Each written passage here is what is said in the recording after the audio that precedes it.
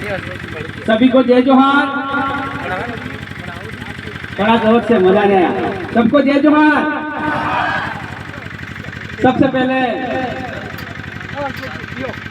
मैं स्थानीय जो साथी हैं उन्होंने इतनी मेहनत करके जो चिंतन शिविर का कार्यक्रम आयोजित किया है उनको और सहयोगियों को बहुत बहुत धन्यवाद बधाई देना चाहूँगा। और मेरी बात शुरू करने से पहले यहाँ पर इस देश के आदिवासियों को जिंदा रखने के लिए, आदिवासियों के आवाज को बरकरार रखने के लिए इन महान वीरों को सत सत नमन करता हूँ, जिनकी बदौलत से आज हमें यहाँ बोलने का अवसर मिला है, मंच पे बोलने का अवसर मिला, पढ़ने का अवसर मिला, जल जंगल जमीन का अधिकार मिला। इसलिए सबसे पहले उनको नमन करना बहुत जरूरी है। मुझे कम समय मिला है, मैं सबसे पहले आदिवासियों के बारे में थोड़ा सा ही बताऊंगा। मैं एडवोकेट हूँ, मैं वकील हूँ, इसलिए कुछ चीजें मैं ऐसी बताऊंगा जो आप लोगों को जानकारी नहीं होगी। सबसे पहले मैं जमीन के बारे में ही बताऊंगा आपको कि जब शेड्यूल 5 की बात होती है, 5वीं अनुसूची की बात होती है, 6वीं अनुसूची की बात होती है, जब अधिकारों की बात होती है, जो अधिकार आदिवासियों को नहीं मिले, जब इन पुरखों ने लड़ झगड़ के हमें 5वीं अनुसूची का अधिकार दिलाया, लेकिन वो अधिकार धरातल पर लागू नहीं हुए, तो होता क्या है? जब आदिवासी को विस्थापित करने की बात आती है, आदिवासी को अधिकार को हड़पने की बात आती है, आदिवासी को जन जंगल जमीन को हड़पने की बात आती है, तब आंध्र प्रदेश सरकार उच्च न्यायालय में एक जनहित याचिका दायर की दोस्तों 1993 में। 1993 में जनहित याचिका जारी करने के बाद उनको 4 वर्ष लगे। 4 वर्ष बाद सुप्रीम कोर्ट में 11 जुलाई 1997 में आदिवासी के हित में समता जजमेंट का एक सुप्रीम कोर्ट का जजमेंट आया दोस्तों। ये जजमेंट ये आया, आदिवासी क्षेत्र में जितनी भी जल जंगल जमीन है उस पर आदिवासी का पूर्ण रूप से अधिकार होना चाहिए। वही जजमेंट में कहा गया कि उस क्षेत्र में सरकार भी एक व्यक्ति है। क्या कहा गया?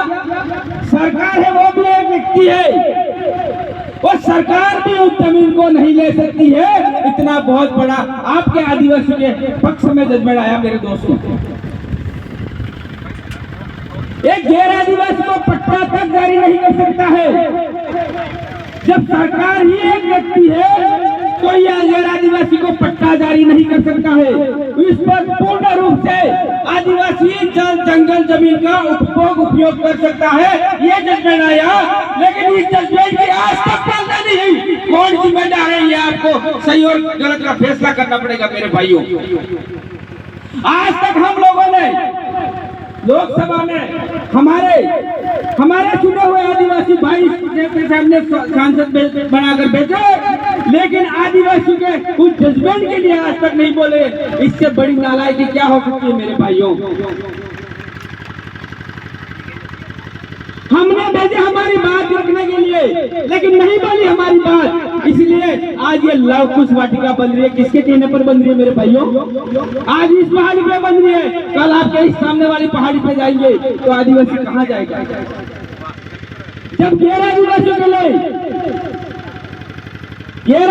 लिए कोई भी कानून बनता है, उसको 1 महीने के अंदर अमलीकरण कर दिया जाता है, उनके लिए लागू कर दिया जाता है। लेकिन आदिवासी के जितने भी जजमेंट आए, एक भी जजमेंट की पालना नहीं की।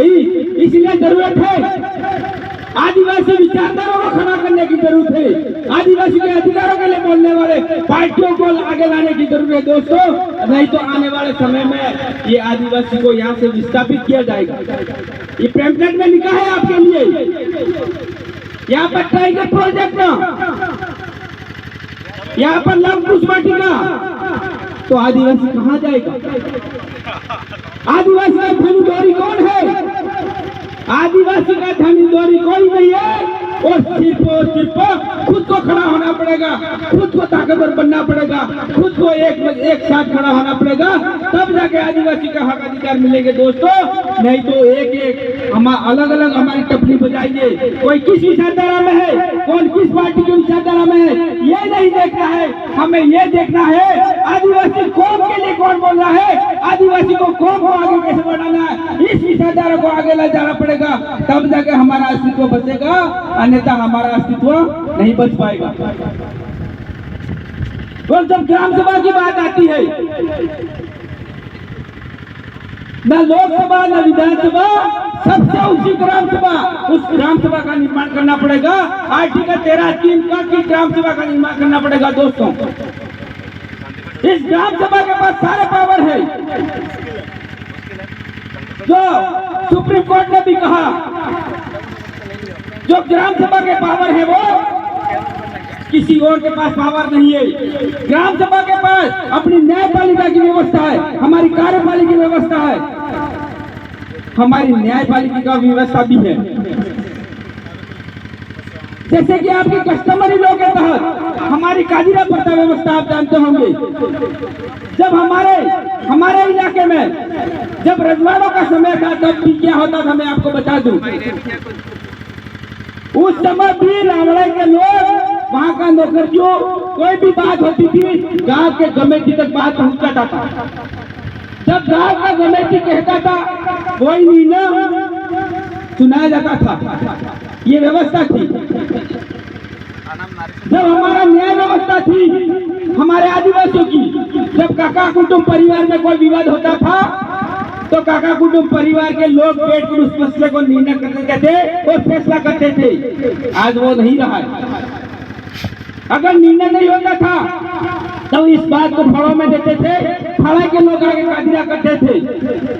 वो व्यवस्था आज नहीं रही है।